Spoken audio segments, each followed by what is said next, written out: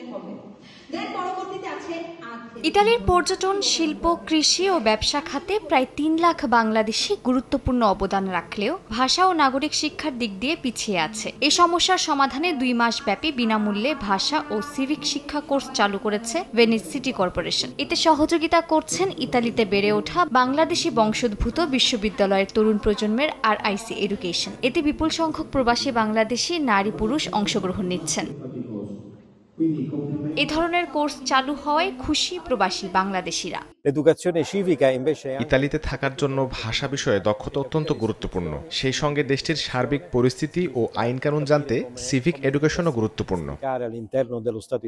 এটা আমাদের জন্য আসলেই অনেক গর্বজনক যে কমিউনি দি ভেনেজিয়া বাঙালি কমিউনিটির সাথে কাজ করতে চাচ্ছে। আমরা গর্বিত যে কমিউনি দি ভেনেজিয়া RIC সলিউশন এবং RIC একাডেমির সহযোগিতায় এত সুন্দর একটি কোর্স আয়োজন করেছে। ইতালিতে চলাফেরা করার জন্য ইতালিয়ান ভাষা অতি গুরুত্বপূর্ণ, পাশাপাশি এই ইতালিতে নিয়মকানুনের জন্য এডুকেশন অতি জরুরি। সিভিক এডুকেশন কোর্সটি ইতালির সামাজিক, রাজনৈতিক, মানবাধিকার ও নাগরিক কর্তব্য সম্পর্কিত বিষয়ে শিক্ষা দিয়ে থাকে। প্রবাসীদের ভাষা ও নাগরিক শিক্ষায় এটি গুরুত্বপূর্ণ ভূমিকা রাখবে বলে মনে করেন সংশ্লিষ্টরা।